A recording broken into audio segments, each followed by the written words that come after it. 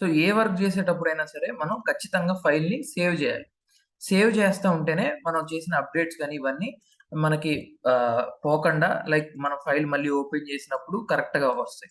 So లేదంటే save చేయలేదంటే ఆటోమేటిక్‌గా ఎప్పుడైనా స్ట్రక్ అయితే ఫైలు ఖచ్చితంగా ప్రోగ్రామ్ అనేది ఆఫ్ అయిపోతుంది. అప్పుడు మనం చేసిన వర్క్ అంతా వేస్ట్ అయిపోతుంది. కాబట్టి ఖచ్చితంగా ఫైల్‌ని సేవ్ చేయడం అనేది మ్యాండేటరీ. ఓకే.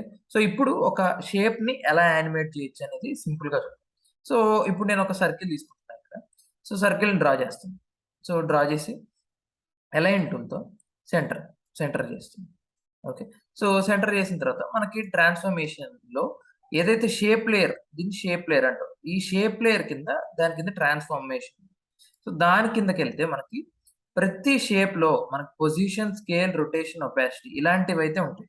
ఆఫ్టర్ ఎఫెక్ట్స్‌లో చేసే ప్రాజెక్ట్స్ అన్నీ గూడా వీటిని బేస్ చేసుకొని ఉంటాయి. Anchor point, position, scale, rotation, opacity. So వీటిని మనం ఖచ్చితంగా ఆహ్, నేర్చుకుంటేనే తర్వాత చేయబోయే ప్రాజెక్ట్స్ గాని, ఏదైనా మీరు చేయబోయే వర్క్స్ గాని ఈజీ అయిద్ది. ఫస్ట్ మీకు ఎలా కీ పాయింట్ ఎలా పెట్టాలి, యాంకర్ పాయింట్ ఎలా అడ్జస్ట్ చేయాలి, స్కేలింగ్ ఎలా చేయాలి, పొజిషన్ ఎటు జరపాలి ఇదంతా అలవాటైతేనే మీరు నెక్స్ట్ ప్రాజెక్ట్స్‌ని చేయటానికి ఈజీ ఉంటుంది. సో ఫస్ట్ మనం జస్ట్ ఈ బాల్‌ని యానిమేట్ చేద్దాం. జస్ట్ ఈ సర్కిల్. ఓకే. సో పొజిషన్‌తో ఫస్ట్ క్రియేట్ చేద్దాం. సో ఫస్ట్ నేను దీన్ని స్టార్టింగ్ ఫ్రేమ్ క్రియేట్ చేస్తున్నా.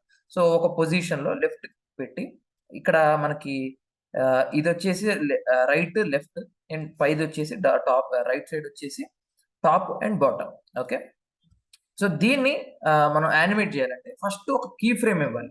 సో కీ ఫ్రేమ్ అంటే మనం ఇక్కడ టైమర్ సింబల్ ఉంది కదా! దీని మీద క్లిక్ చేస్తే మనకు కీ ఫ్రేమ్ అనేది క్రియేట్ అయింది. ఇక్కడి నుంచి కొన్ని సెకండ్స్‌కి మనకు ఎన్ని సెకండ్స్ కావాలంటే అన్ని సెకండ్స్‌కి ఆ బాల్‌ని మూవ్ చేయాలి. అంటే ఆ పొజిషన్‌ని మార్చాలి. పొజిషన్‌ని మారిస్తే ఖచ్చితంగా ఇంకొక కీ ఫ్రేమ్ అనేది యాడ్ అయిపోతుంది ఇక్కడ మీరు చూస్తే. సో ఇప్పుడు ఈ 2 కీ ఫ్రేమ్స్ మధ్య ఈ వాల్యూ అనేది యానిమేట్. సో ఇక్కడ చూస్తే ఈ వాల్యూ అనేది యానిమేట్ అవుతా ఉంది ఇక్కడ. సో అట్లనే బాల్ కూడా యానిమేట్ అవుతా ఉంటుంది. లైక్ ఈ ఈ కీ ఫ్రేమ్‌ని దగ్గరికి జరుపుకుంటే ఇంకా స్పీడ్ అయిద్ది.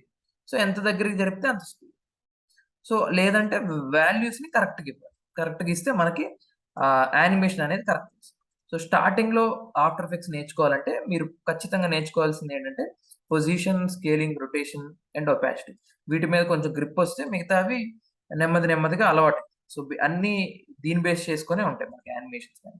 సో ఫస్ట్ కీ ఫ్రేమ్స్ గురించి మీరు నేర్చుకుంటే సరిపోతుంది. ఓకే. సో ఇది బేసిక్ ఆఫ్ జస్ట్ ఒక చిన్న యానిమేషన్ లాగా. ఓకే. సో ఇలాంటి వీడియోస్ మరెన్నో కావాలంటే సబ్స్క్రైబ్ చేయండి. ఆఫ్టర్ ఎఫెక్ట్స్ కోర్స్ ఫుల్‌గా నేర్చుకోవాలంటే డిస్క్రిప్షన్‌లో ఉన్న మా నంబర్‌కైతే కాల్ చేయండి.